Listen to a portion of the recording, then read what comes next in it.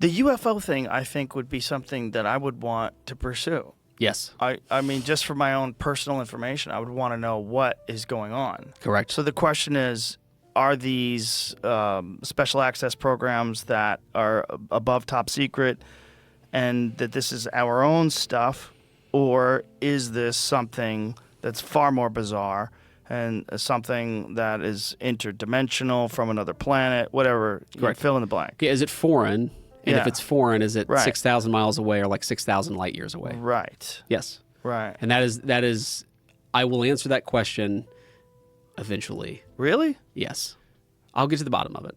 How are you going to have the time to do that? Like, what Well, would that entail? Eventually, I'll have like a few weeks where I can just sit down and worry about that problem. You said something that I thought was very bizarre. Here's an interesting thing, though. I will say that is one of those conspiracy theories that there are a lot of people in our government who are interested in this, meaning our current political leadership who are interested in this question.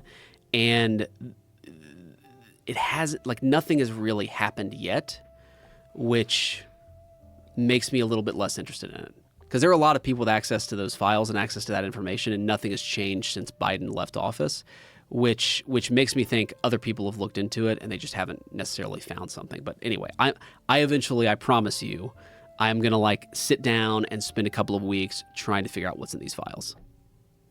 I just haven't done it yet. You said something that I thought was very odd. Okay. You said that you thought that they were demons.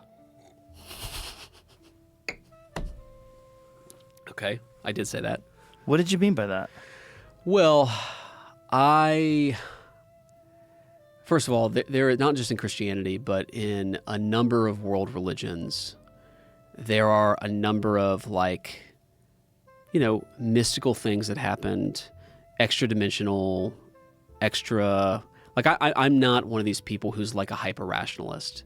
Like I think that there are things happening in the world that we're not always seeing. I believe in God. I think that there is a kind of, what's the word I'm looking for? Not extra real. Supernatural. Supernatural. There are supernatural things that are happening. Okay. So if you look historically at, things that are similar to the alien phenomenon, where, some like strange being, it kind of looks like a human being, but doesn't look like, but it's not human. And it shows a particular interest in human beings. And then it takes the human beings and, does weird experiments on them. I think my argument is that's either bullshit, right? You're either talking to a crazy person, which I don't like. I'm not saying just because I believe in the supernatural doesn't mean I believe in everything supernatural. But if we're talking about an extraterrestrial being that is human-like but not human, that contains effectively infinite powers and is torturing human beings, you can call it an alien if you want, but I think there's a lot of historical precedent to call that a demon. Well, a lot of these stories and these accounts. We have one here on the demonic on the coaster. Alien. Yeah, that's the mothership logo. A lot of these accounts are not of people being tortured. They're people that are being exposed to information, like the Travis Walton story is a very famous case from the 1970s. I don't know this one. I'm going to read about it on the way back, though. It's this guy right here. I got a Travis Walton bobblehead. He's one of the most famous UFO abduction stories. Okay. There's a movie with D.B. Cooper in And what is the information that they gave Travis Walton? Was D.B. Cooper that was the D.B. Sweeney. D.B. Cooper was the guy who stole the money and jumped out of the plane. Fire in the Sky. There's a movie. Oh, of course. Yeah, I remember this movie. I don't think I ever saw it, though. 1993. Good movie, but sensational. And Travis Walton says they made a bunch of shit up, and that's not what happened. But yeah, the story was that he was a logger in Arizona, and he was leaving a job. They were all together in a truck, and these loggers saw this light, land in this forest, and they went to go investigate. He jumps out of the truck, and he gets close to it, and he's hit by some beam of light and knocked to the ground. They take off, and then they realize, we've got to go back. We don't know what's going on. They turn around. They go back to get him. They're freaked out and panicked. They go back to get him. He's gone. The police interview them. They think that they killed him. There's an investigation. 5 days later, he shows up, wearing the same clothes, and he has this crazy story. And he had been in this spaceship for 5 days, is what he said, and that they had fixed him, they healed him, and then they had communicated with him telepathically, and he had this very bizarre encounter with these beings that aren't from here. Or if they are from here, they're very different than us. Okay, so I guess my response to that would be extra powerful beings, in this case communicating telepathically, helping people. Sounds like an angel. So I guess Right. here's let me Right. make the steel man version of my argument. It's that, okay, my dog, there's no real difference between me and God to my dog. I can literally walk into a room and turn the light on. I can make food appear instantaneously. I can transport myself across time and space very, very rapidly. If you're a human being with intelligence, but not supernatural intelligence, I guess my point is, again, this could all be bullshit. This could all be fake. That's a possibility. But if it's real, is there really a meaningful difference between an angel or a demon and a space alien with super technology? To our perception, they would largely just look like the same thing. I think we're capable of nuance. We're capable of understanding that human beings are far more complex and evolved than chimpanzees. And we could imagine a world where if we don't blow ourselves up and there's not a nuclear bomb and we don't get hit by an asteroid, if we live another 1,000,000 years, that we would have technology that's indistinguishable from magic. Right? Exactly. That's right. exactly But what that I'm saying. doesn't And then we mean could that show they're up on angels another planet. and demons. It just means they're hyper-evolved, advanced civilizations from somewhere else. And what I'm saying is the perception of those beings to a more simple intelligence, Sure. there's not a meaningful difference. So you're like talking about what it is that these things actually are. And I guess what I'm talking about is, how would a human being with my level of intelligence or your level of intelligence in 2026 understand what's going on? Right, but from a biblical perspective, there's a very big difference between a demon and a hyper-intelligent being from somewhere else. I mean, a demon or a hyper-intelligent, malicious... If demons are real, if there really are dark forces in the universe, and they're disembodied dark forces, these things that exist, Yes. and then there's also powerful light forces in the universe, that they don't have to be mutually exclusive to the concept of hyper-intelligent other species. Absolutely. When you're looking at an insanely vast universe. I don't think they have to be, but I think that it is interesting to me that for most of human history, we would have understood supernatural, hyper-powerful, hyper-knowledgeable things as sort of celestial, or celestial. We would have is actually a thought of terrible a word. cell phone as being sorcery. I mean, that doesn't Maybe mean it it's is. sorcery. Maybe it's not. Maybe it's just technology. That argument doesn't make any sense to me. Well, And this is not discounting the possibility of demons or discounting the possibility of angels. well, I guess I understand your point conceptually. I don't actually disagree with this. I don't think we're saying something different. That, metaphysically, there could be two separate things going on. There could be there could be extra Earth, outside of Earth, space aliens, and there could also be angels and demons. These could be two totally separate things. One could be true, not the other. I totally concede and agree with that point. I guess what I'm saying is it's a distinction that is conceptually interesting to me, but if a space alien with like superhuman technology comes to the Earth and has malicious intent, I don't know how I'm supposed to tell the difference between that and a demon. If they have malicious intent. But I mean, isn't that also the case with visiting people, right? Like you could have a country and you get visited by the Peace Corps, or you get visited by pirates. Yeah. And are the pirates demons? Is the Peace Corps angels? No, but I think we're talking about something much different. I mean, Are we? Are we we're, talking about something different, or are we talking about a hyper advanced version of that? we're talking about, I mean, as I understand it, we're talking about things that exist outside the United States. Outside of the Earth. Okay. And two Perhaps. different types of beings that could exist outside. I mean, okay, maybe There's a lot of people. Yep, Tim who think that Burchett thinks that they're here. there's Atlantis or there's something else Well, like that. they're somehow or another they're survivors of a long gone civilization that live under the ocean. Yeah. It's Well, just as here- kooky here's- as living but in here's space. Here's the way I would put it is like there's also a difference between a demon and a ghost, right? These things are two very different conceptual things. Right. But if I'm a human being and I meet a malicious ghost, maybe I think it's a demon, and maybe all I'm saying is maybe there's some point at which the conceptually interesting, this is such a weird conversation, at which point the conceptually interesting discussion of what it is separate from how it appears to me and how I'm going to understand it as a human being in my particular social and cultural context in 2026. But if you're looking for me to concede the point that there is something different or could be something different between an angel, a demon, a space alien, a supernatural but non any of those other things beings, yes, I concede that. Yeah, the question is, what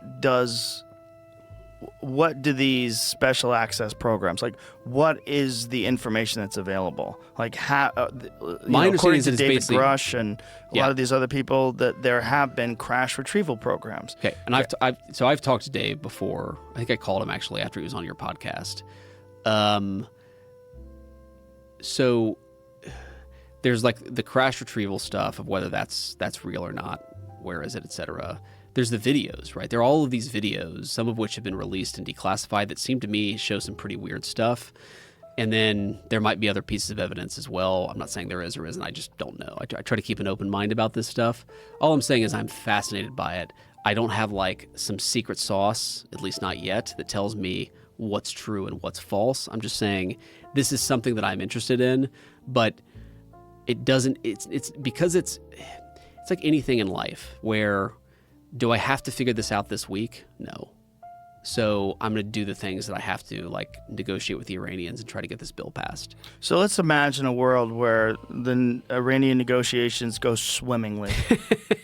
Everything's God done. willing. God you willing. know, all these Gulf Arab states decide, hey, let's invest money in Iran.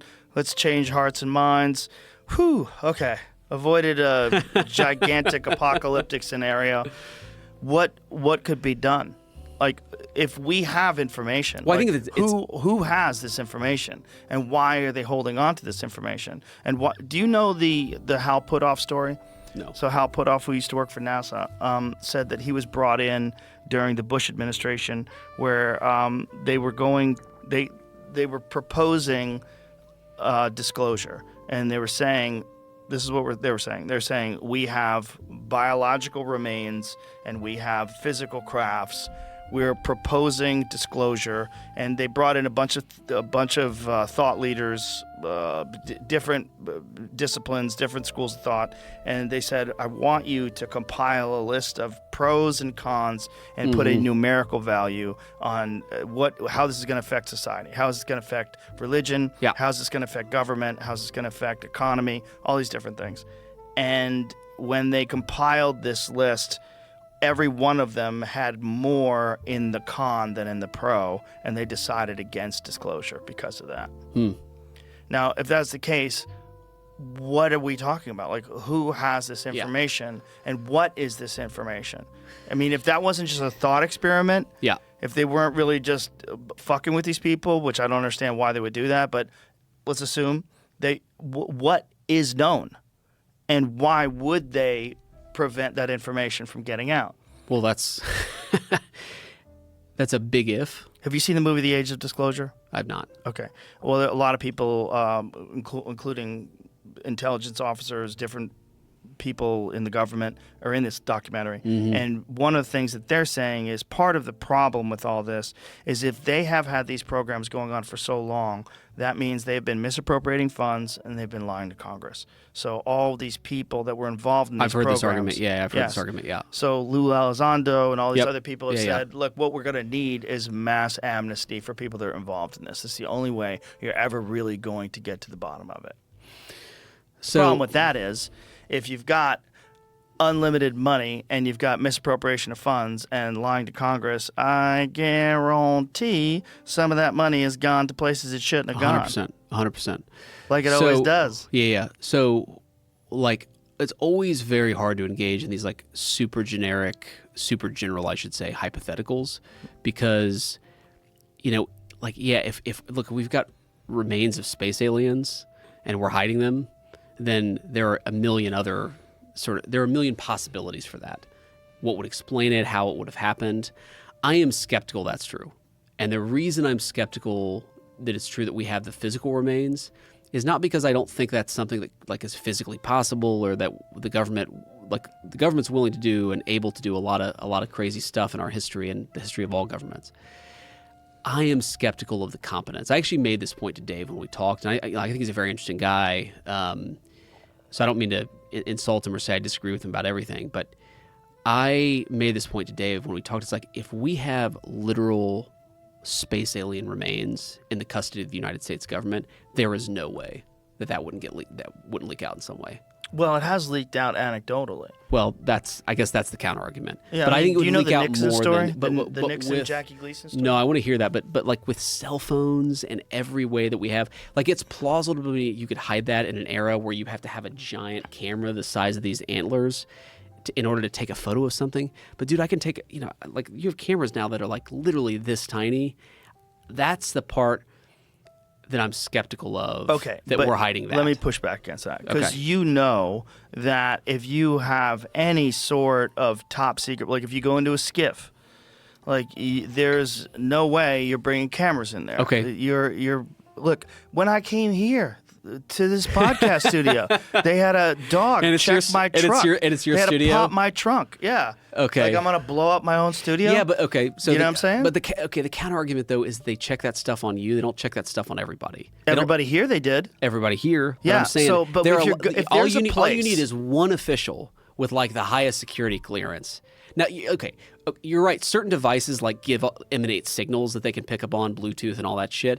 But to have access to go into a room where they have these things, And if they did have these things, I guarantee you they're going to make sure no one's got anything. They could easily scan you to make sure that you don't have any kind of electronics, any kind of camera, any kind of recording device.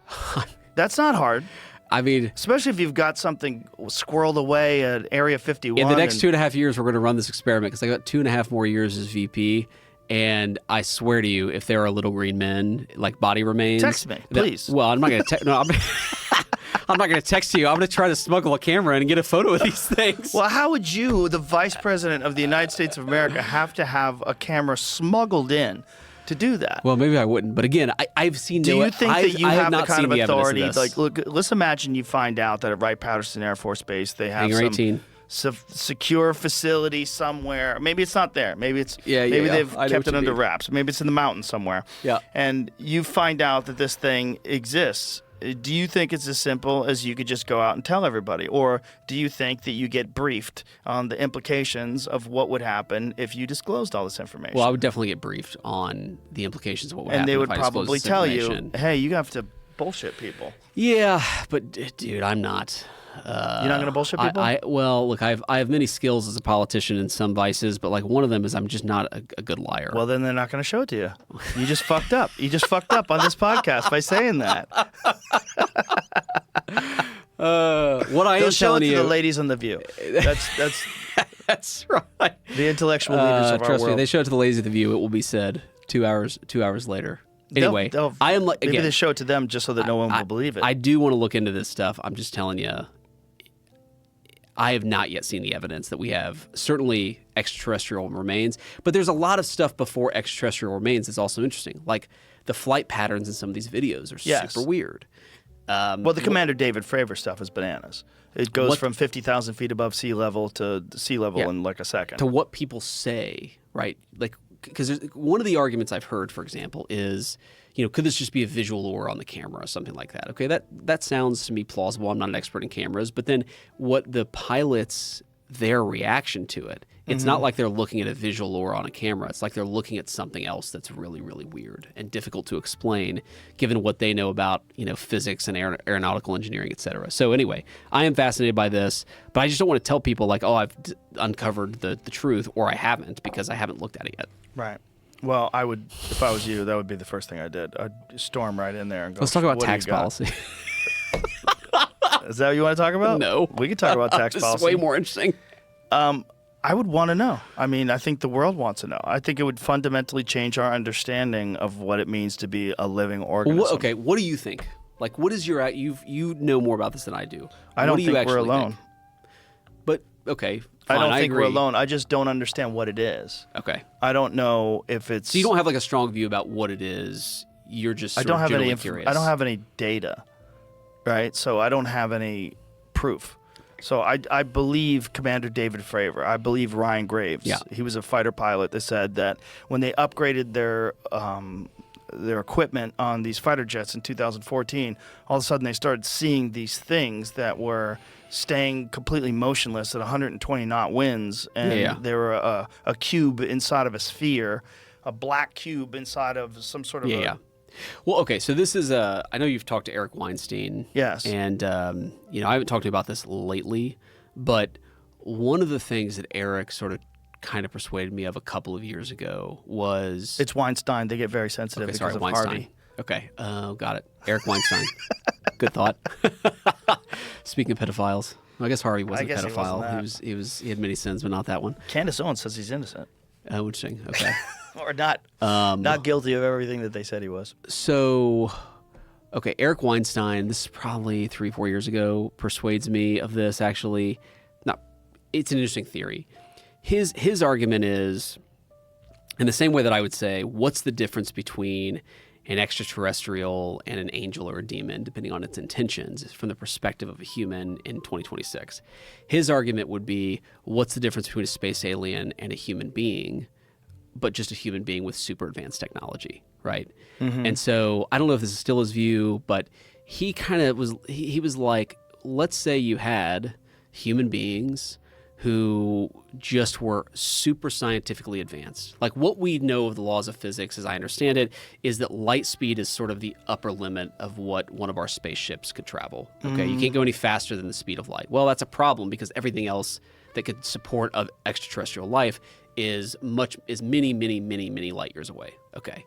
So his argument to me, again, back in the day, was if you figured out a new physics in the same way that you had an understanding shift from Newtonian physics to Einsteinian physics, if you have a new understanding of physics that allows you to travel much faster than the speed of light, you could just have human beings either from a different planet, or maybe they went to Mars and started their own civilization, and then that got old, and at this point they are many millions of light years away, but they can move through space and time in a way that is quite literally like divine from our perspective, or space aliens, but they're just human beings.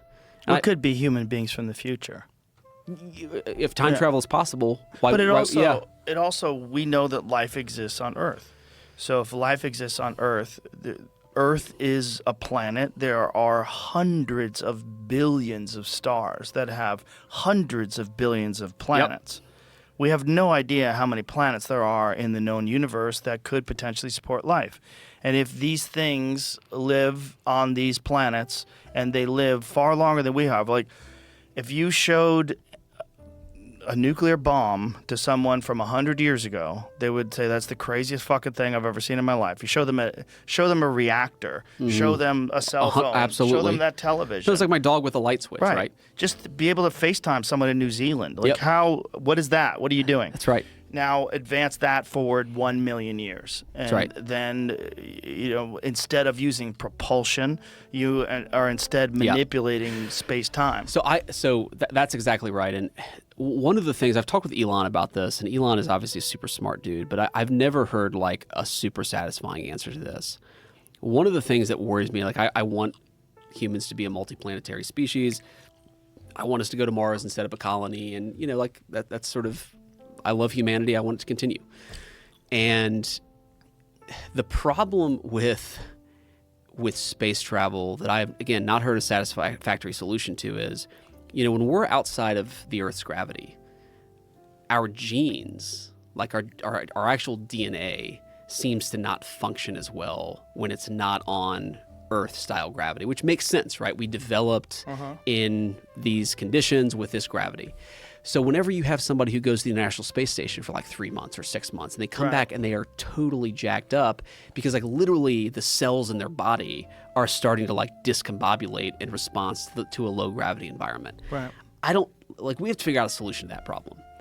That to me is sort of the most interesting part of space travel, of going to Mars, of setting up a colony on another planet, is if you set up a colony on Mars, but and what it takes you like 2 years to get there and 2 years to get back or something like that. Right. But in that time, you've gone from a functioning adult, healthy, to like dead. Right. If you're in space for 4 years, that part of space travel is very fascinating to me, and I don't know that I've heard any satisfactory solution to it yet. I don't think conventionally there is a satisfactory solution, but if you're talking about manipulating space-time and not traditional propulsion, you probably can figure that out. You could manipulate, you could essentially contain this environment in exactly the same way it is, and travel to somewhere else with that environment. So this is the idea of them living under the surface of the ocean. I see. Like, how can they live in the depths of the ocean? Well, because they have a completely contained environment. Sure.